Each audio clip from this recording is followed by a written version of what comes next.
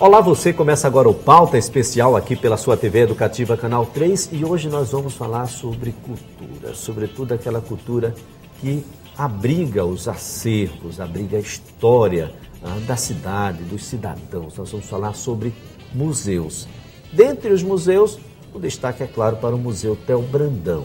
O Museu Theo Brandão, que nós trazemos aqui a presença do diretor do museu, professor Wagner Diniz Chaves, professor Dalval, antropólogo. Professor, é um prazer recebê-lo aqui para conversar sobre algo que abriga a nossa própria história, a nossa forma de lidar com as pessoas, o nosso dia a dia.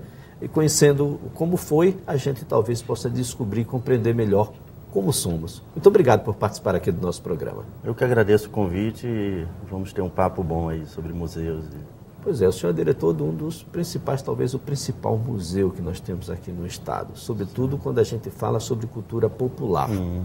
Theo Brandão. Dá para a gente começar falando sobre Theo Brandão, aquele que dá o nome ao museu? Claro, claro. Theo Brandão é uma figura ímpar, quer dizer, deixou um legado muito importante do ponto de vista dos seus estudos, né, na área da cultura popular, a nível nacional. Né? Então, Theo Brandão nasceu em Viçosa, né? Ele tem uma ascendência de senhores de engenho, então Theo Brandão vem de uma elite, né? Que naquele tempo era uma elite econômica, política, cultural, né? E Viçosa, no início do século XX, era uma cidade muito próspera, né? Era o final da linha de trem, quer dizer, então muita coisa passava por ali. E aí Theo Brandão, com a sua família, quer dizer, vem para Maceió, depois ele vai estudar medicina, né, como era algo comum, né, das grandes famílias, enfim, das elites, que seus filhos também estudassem fora. Ele vai estudar na Bahia, em Salvador, depois no Rio de Janeiro. Né. E Theo Brandão, quer dizer, ele desperta para aquilo que lhe é próprio, ou seja, ele nasceu no engenho, né? Então ele conviveu com, vamos dizer, com todo esse caldeirão de cultura popular, né? Na primeira metade do século XX, né? Os grupos de guerreiro, as rodas de coco, né? A infinidade de folguedos que existem, né, no estado de Alagoas, e ele, né, precisou sair desse contexto, foi para Salvador, depois para o Rio de Janeiro. E aí que ele desperta, né, em contato com outras pessoas, com outros folcloristas, para um interesse de investigar mais, de estudar mais esse patrimônio, essa riqueza cultural do estado de Alagoas. E aí quando ele volta como médico, pediatra, mas a grande paixão de Theo Brandão realmente era o folclore, era a cultura popular. Né, e ele funda, juntamente com um grupo, né, e aí também vale citar o primo dele, que é o José Luiz Vilela, também um outro grande folclorista, né, menos conhecido, mas eles fundam a Comissão Alagoana de Folclore em 1948. Né, essa comissão integrava, né, a chamada Comissão Nacional de Folclore, né, que era o grande movimento a nível nacional, né, capitaneado no Rio de Janeiro pelo Renato Almeida. E cada estado tinha um representante, um braço. Em Alagoas, Theo Brandão era essa pessoa. Né? Então, a partir daí, Alagoas passou a ser quase que um centro, digamos, que desse movimento. Né? O centro estava no Rio, mas você tinha alguns locais que se destacavam pela mobilização, pela produção, né, pela regularidade do trabalho, dos encontros. E Alagoas foi um estado muito ativo. Né? E aí eu cito como um momento, talvez, o clímax, né, de todo esse contexto, em 1952, né, que está completando 60 anos, né, em 2012, que foi um grande evento, né, de folclore e cultura popular aqui, que foi a 4ª Semana Nacional de Folclore, e organizada por Theo Brandão, e que reuniu folcloristas do Brasil inteiro, folguedos, né, de Alagoas, assim, vários folguedos de Alagoas, em que uma participação popular muito forte, né? Eu tive acesso a algumas fotografias desse período, quer dizer, uma multidão na rua, né, quer dizer, populares, para participar das apresentações, para assistir aos grupos, com mesas de discussão. Então, em 1952, Maceió sediou o maior evento, né, de folclore no Brasil, e a importância desse evento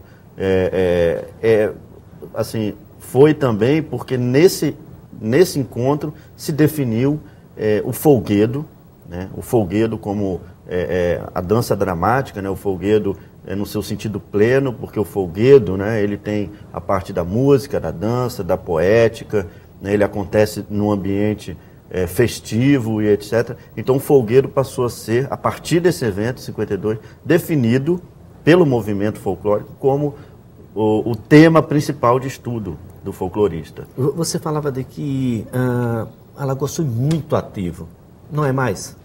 Olha, ela, enfim, esse tempo, né, a década de 50, não só Alagoas, mas havia uma movimentação muito intensa. O ambiente era mais propício para essas manifestações. Você tinha primeiro que um processo, né, as camadas populares migrando, né, para as cidades, e Maceió é uma cidade com uma urbanização tardia, né, digamos assim. Então você tinha um contexto ainda bastante comunitário e rural, né? E isso, de certa maneira, propiciava um tipo de configuração cultural, né? E aí os folcloristas sempre batiam nessa tecla, coisa que hoje em dia a gente questiona isso, né? A ideia de que com a modernidade, com a urbanização, né? Com a industrialização, você isso vai acarretar uma perda da cultura tradicional, etc, etc. Né? Hoje em dia a gente vê que as coisas são muito mais complexas. Né? Mas o que acontece é que nesse contexto da década de 50, você tinha uma efervescência das manifestações, juntamente com um respaldo, né, das elites, ou de parte das elites intelectuais no Estado, né, e políticas também, e que propiciavam esse contexto. Né? Hoje em dia você tem um outro contexto, né, bastante distinto, né, e o que traz novos desafios. É nesse cenário que ele desperta para a museologia? O Theo, como os outros folcloristas, né, eles tinham uma preocupação muito grande com a documentação.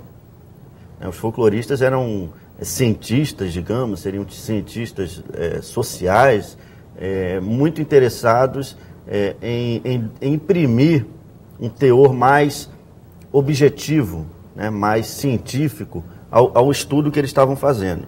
Diferentemente, por exemplo, de escritores diletantes que escreviam a partir das memórias da infância sobre o que tinham, né? Então os folcloristas têm um método de trabalho para catalogação, para documentação do que eles estavam estudando.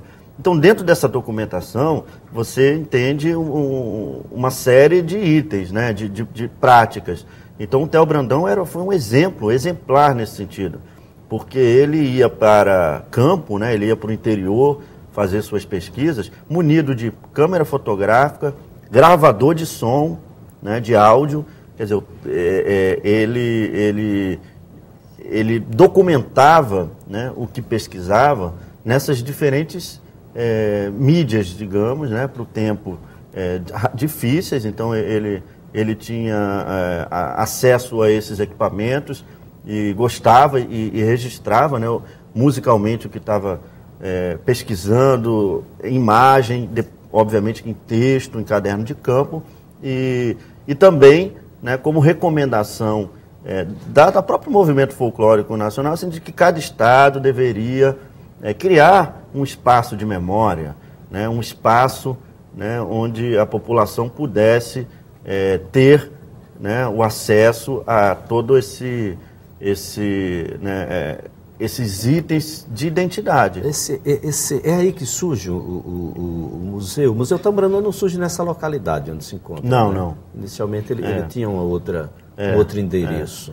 Ele surge, vamos dizer, o final desse processo, né, de um folclorista que ao longo da sua vida pesquisa sistematicamente, registra sistematicamente, recolhe peças e objetos de cultura popular, e que no final da vida, quando ele se aposenta, ele também foi professor da Universidade Federal de Alagoas, né? Ele é responsável pela formação da antropologia dentro da universidade, foi o primeiro professor, né, de antropologia. Quando ele está para se aposentar, né, surge, obviamente, que é aquele dilema de todo grande colecionador. Quer dizer, o que eu vou fazer com isso? Eu vou fazer com Minha casa já não cabe, né? Tem relatos, né, dele se perguntando, né, o que... E aí ele doa, sabiamente, né, ele doa esse acervo para a universidade. E aí a questão passa a ser, né, da universidade, assumir isso como algo de importância capital, estratégica. Isso em 75, ainda no campus Tamandaré, onde no portal da Trapiche da Barra. Exatamente. Trapiche da Barra. Em seguida que ele vai para o prédio do Museu Theo Brandão, onde a gente conhece hoje. Olha, a gente vai fazer um breve intervalo, depois a gente vai conversar um pouco mais sobre o que aconteceu, né, com essas gravações que foram feitas na época. Será que a gente tem um acervo ainda muito bom em áudio e possivelmente em vídeo ainda de Theo Brandão, de modo que a gente possa fazer algumas comparações, inclusive, de como essas manifestações ocorrem no dia de hoje? Será que houve muita transformação? Não houve durante esse tempo? Olha, só um instante, o Pauta Especial volta dentro de instantes.